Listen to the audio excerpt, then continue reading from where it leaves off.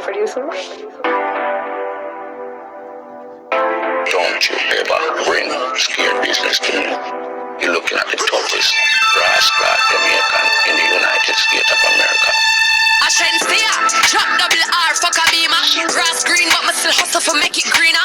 More cheese pan my bread, it look like pizza. TVS for cold, straight out of my freezer. Me not play like the dealer. Top shadows and squeezers. Me not talk to bum bitch, bottom feeders. Hot head, fever, top model, diva. Hot bottles with the champion, handed the ball like Kyrie. Ivy, Wendy should decide. Lipstick, red like it's Ferrari. You gon' make me flash on a bitch like paparazzi. I'm too fly to crash up, a fucking kamikaze. Shensia, drop double R, fuck a beamer. Like a shot like trigger finger, I'm a stinger. My outfit a murder, it's a felony. Bitches all in my business without an LLC. And I do this shit for practice. Son so many bitches, I might put them on my taxes. Caribbean Serena with the racket. I ain't going back and forth with bitches cause they ratchet. Them a real blood clot man mascot. Can't start beef cause the water run deep. I got the type of money that can put you 6 feet. Call myself to sleep in $10,000 sheets. Bitches look like lumps, say a grace, let's eat. Big gate, let's eat. Always trust everyone to be themselves, but trust in the fact that you can see them well. You know what I mean? So it's like, it takes too much energy to not trust someone. You know what I mean? It takes too much energy. You always gotta stay 2 steps ahead of them or whatever. Right. But trust them to be them. Right. To be themselves. Trust the snake to bite you. Right. Trust the lion to lie. Trust the thief to steal from you. Like, trust them to be them. Too. But know them when you see them.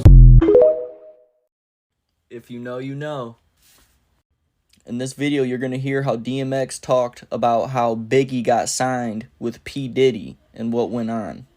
Do you have any memories of Biggie that stick out to you? I only met him once. Tell us about that.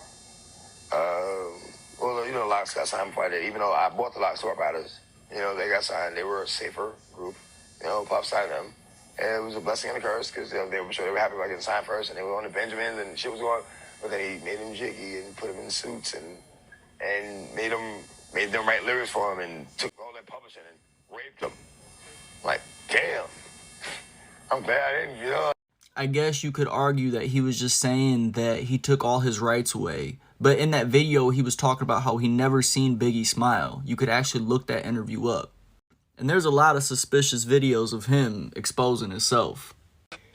I should look like he fresh off goddamn plane. I should Fresh off the garden stage. That's my brother right here from day one. We used to wake up and, damn, pause, but like, check this out. Back in the days when he was like 10 and I was a little bit older, his older brother, we used to fight over the Frosted Flakes. You know? You literally seen how right as soon as he said they used to wake up together, he shut himself up and Kevin Hart started laughing hysterically because he knows what's going on. And then he said they used to fight over Frosted Flakes when he was 10 years old. Usher's 43 years old and Diddy's 52. They're 9 years apart. But it's my brother for real. We used to actually wrestle off of the Frosted Flakes because he used to always get up early. Now he's one of the richest stars in the world. What the fuck did Puff just say? Right. Nobody's going to acknowledge this for me. Puff just said we used to wrestle over the Frosted Flakes. And we're streaming live. That was stupid. Listen, that was fucking stupid. Listen. And in this video, you can see him acting suspicious, calling other dudes daddy and asking them why they don't party with him, making them real uncomfortable. Yeah, I love this drink. I like when you like this, Daddy. Yeah, when you put my bag Daddy, I like when you scrambling and scraping for shit.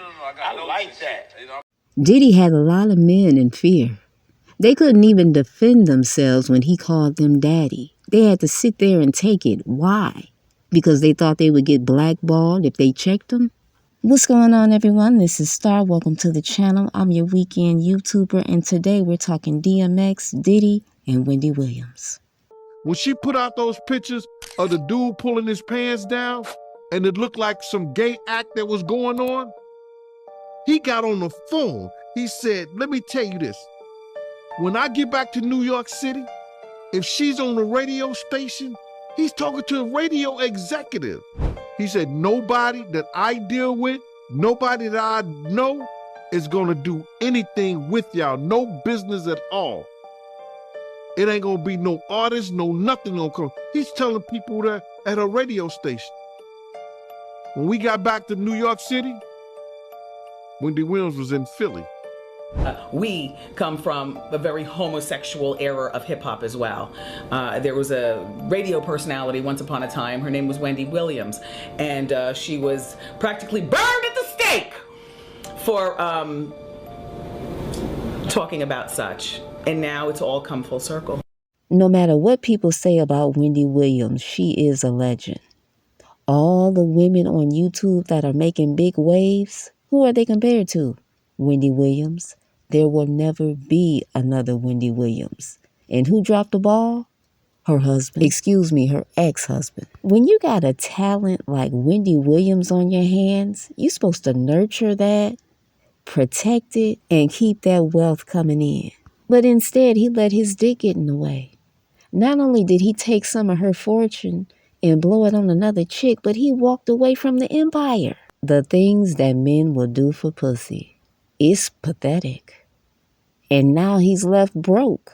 I know he kicking himself. A true businessman would have stayed with Wendy Williams, made sure she was on a healthy diet, and she would still be on television today. And leave television on her own terms. But what happened?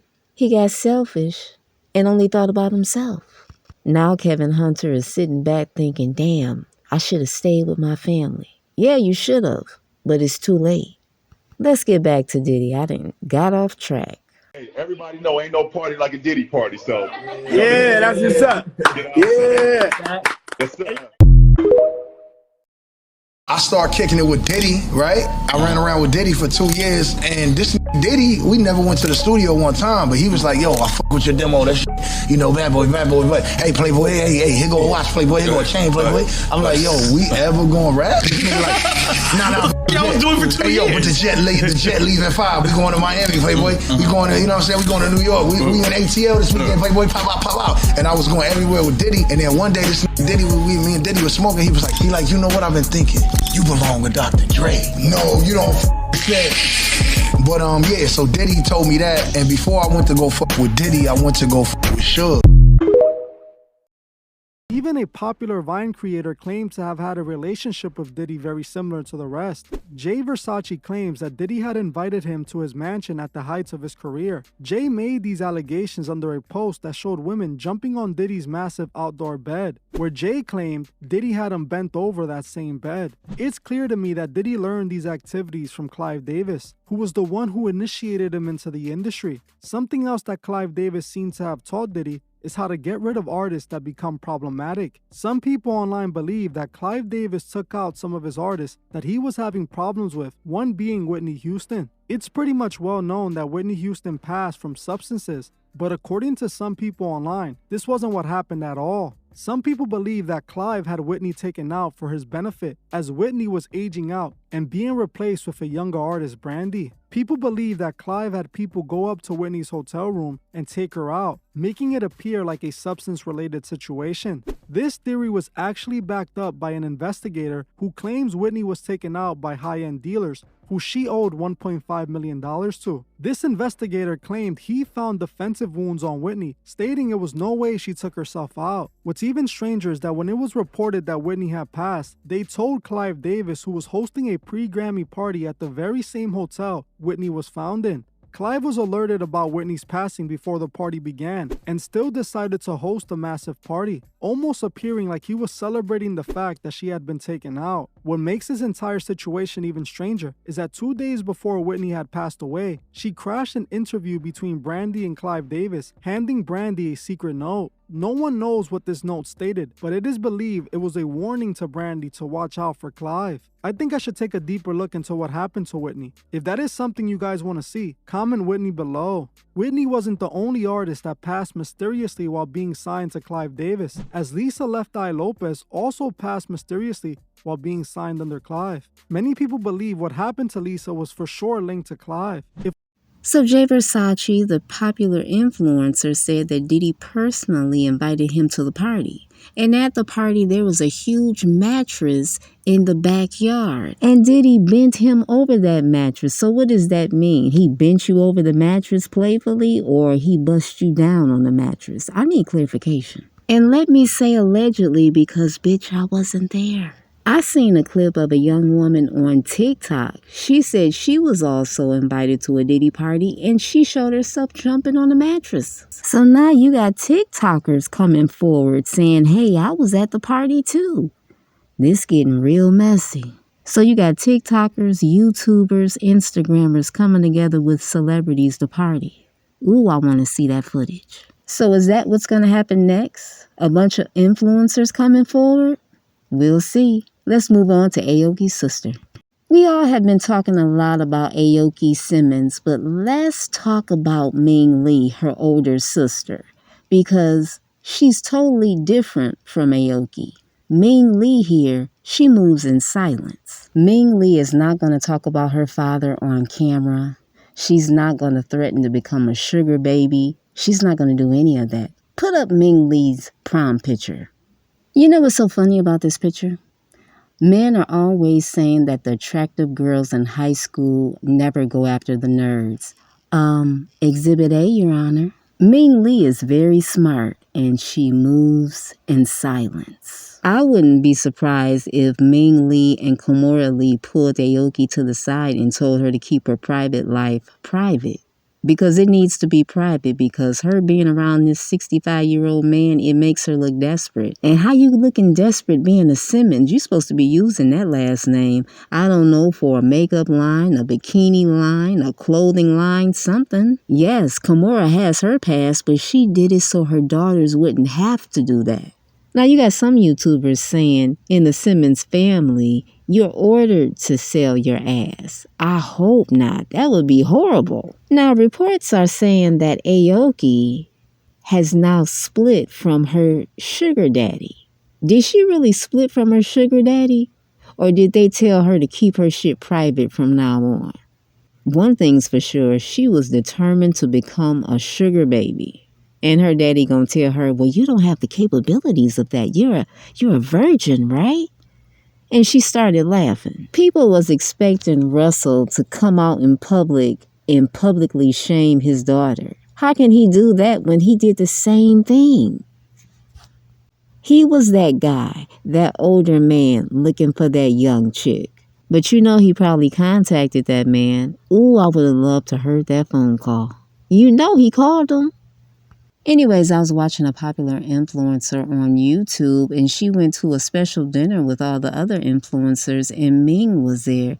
And Ming was sitting there quietly. Why? She understands the power of her last name. I don't think Aoki is done with older men. I don't think she's done. I just think she's going to keep it under wraps from now on. Because people are now assuming that she's part of a sex ring. And you know her parents don't want those rumors swirling around. We'll see what happens this summer. We'll see if she pop up with him again or maybe another man. God damn. I hope not. I'm Star. Thank you so much for coming to the channel. Good night.